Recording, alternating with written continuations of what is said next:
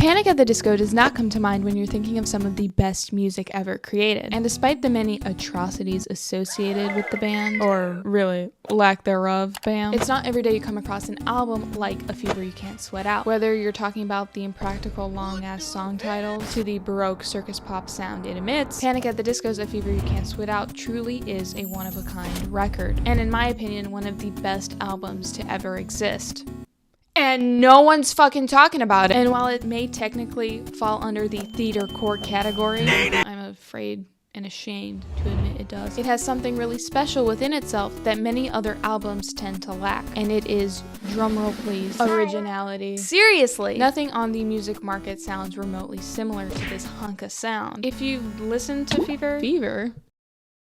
I hardly know her. Sorry. But if you've listened to A Fever You Can't Sweat Out as much as I have, you'll notice it's very apparent just how different the music sounds compared to literally anything ever made. Ever. And oh brother, is it rarer than a Brendan Urie stan in this day and age of 2023. Why shouldn't I kill myself? Seriously, I thought it wasn't possible, but I guess it is, because they're still calling him Bebo. I thought we left Bebo in 2017, along with his hairline. What makes it so convoluted is the very unique mixtures of genres it features, two of which being genres you almost never see together, which are Baroque pop, heavily featured on the first half of the album, and dance punk, featured on the back half of the album. And they both kind of blur together, almost to the point where you don't know which one is which. You start off with these grossly electronic, or in my opinion, kind of melancholic sounds talking about young artists on the music scene, to things like hospice, and then, I don't know, you pass a few songs and after the intermission, we're introduced to the more scandalous side of the album, containing everything from infidelity to closing a door. A goddamn door! 2005 marks the year where Panic at the Disco came out of seemingly nowhere. No, actually, it was nowhere, because they did not exist. Their debut album, A Fever You Can't Sweat Out, appeared on the Fueled by Ramen / Decade Dance label Without Warning, which at the time housed bands like Paramore and Gym Class Heroes, only one of which is still relevant to this day. Big smooch goes to Pete Wentz from Fall Out Boy for opening up his live journal inbox, because Ryan Ross spammed the shit out of it with their demos. It was Mr. Peter himself who signed Panic on the dot. Like, to the day he signed them. And they were a thing. So you are basically the founder of Panic at the Disco. The real story is that Ryan was kind of making fun of me online.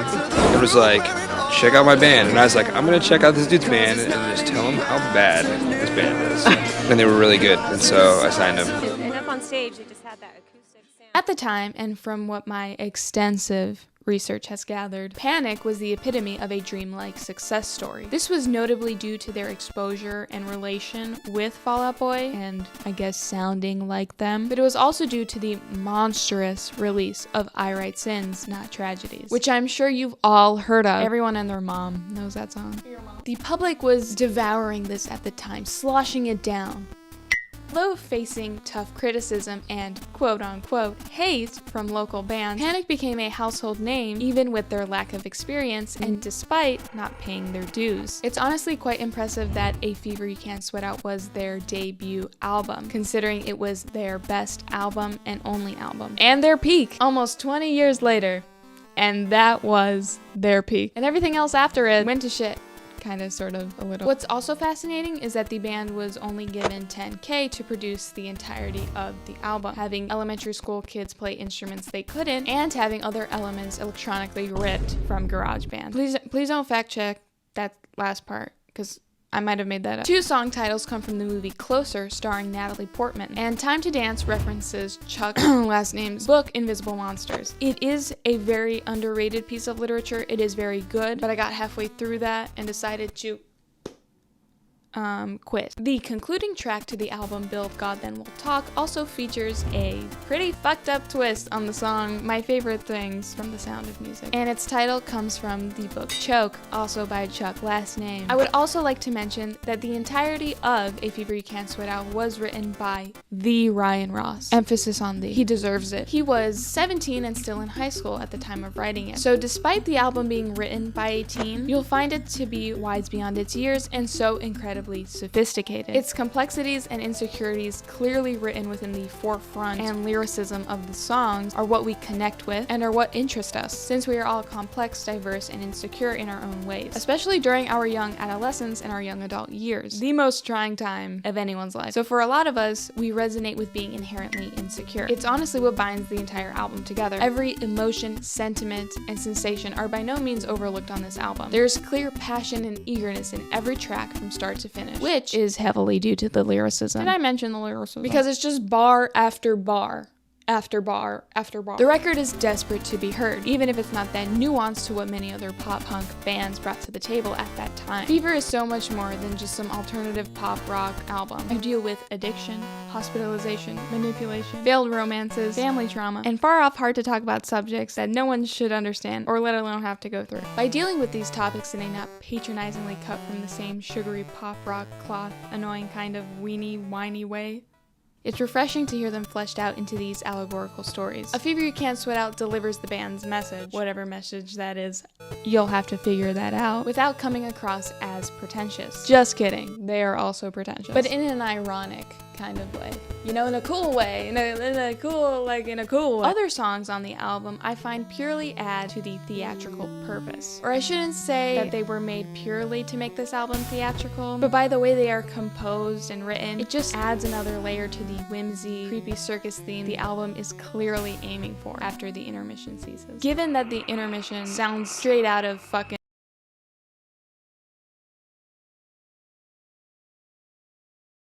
opera. However, but it's better if you do. I write sins, not tragedies. I constantly thank God for Esteban, and there's a good reason these tables are numbered, honey, you just haven't thought of it. All have a unique Broadway production value to them. The quartet, or what I will refer to as the core four, are so exceptionally well done. These songs, while diverting from the beginning half of the album's sound, still tie to and relate to these dramatic topics told throughout the entirety. At this point, your mind should be boggled, because it's mind-boggling. And I don't know if I use that saying right, so let's ignore that. Once digesting Fever in its entirety, and I mean listening to the album the entire way through, it becomes a tough, pessimistic pill to swallow. More like tough, prescribed pill to swallow.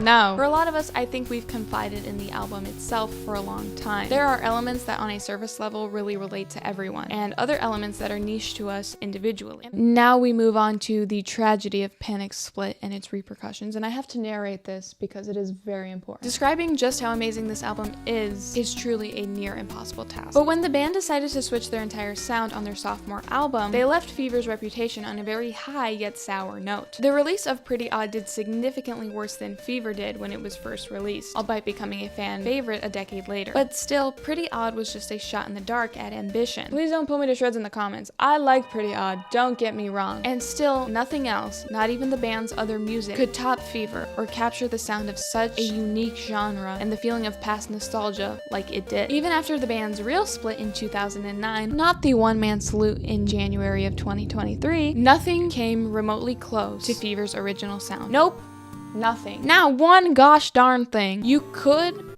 theoretically classify the then current split Panic's third album, Vices and Virtues, as an attempt to get back to their Fever roots. But really, it was just a pop rock album that was heavily leaning towards steampunk. But don't get me wrong, it's not that I have such hate for Panic's other albums, save for some, but Vices and Virtues in and of itself never did Fever any justice, despite housing one of Brendan Urie's best songs on there. New Perspective was one of the only good things that despicable loony bin of a man has ever done. I could make a whole separate video on how much I adore New Perspective, but it's not even technically on the Vices and Virtues album, so I'd kind of be wasting my time because it's just a part of the Jennifer's Body soundtrack. But thanks for having the song Always on Vices and Virtues. Said no one ever. Also, I'd just like to throw out there the Nearly Witches demo is incredible as well. That was also written by Ryan Ross, so that's probably why I highly recommend giving it a listen. But I digress. Still, nothing can beat the classic Fever songs. Once Spencer Smith, Panic's original drummer, left the band in 2015 due to his battle with addiction, nothing was the same. It seemed that Panic's household name was fading out of the spotlight. All in all, it was very bittersweet.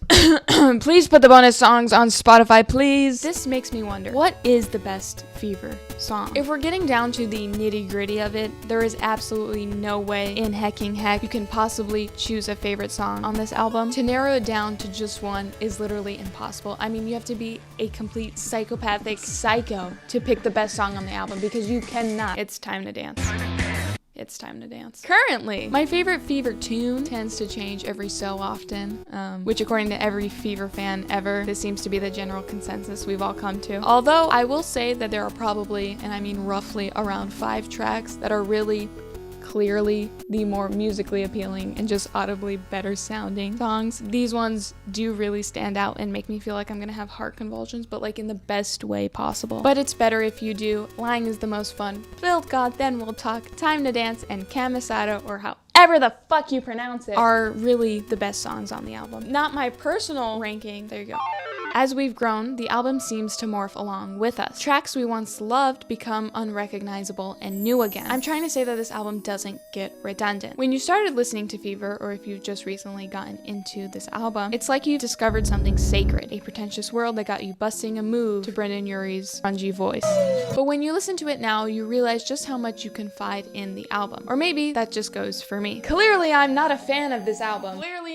Not a fan. I mean, it's my favorite album of all time, and I don't think that will ever change. There are so many layers to this album that even if you don't love it for its sound, you can definitely appreciate it for the art that it is. While I can't speak for everyone, I can at least say that for myself, A Fever You Can't Sweat Out is a prolific musical masterpiece. It's something we'll come across only once, and we'll never hear anything like it again. Well, except for the occasional few songs that sound quite similar or exactly like A Fever You Can't Sweat Out, but we don't have time to unpack all of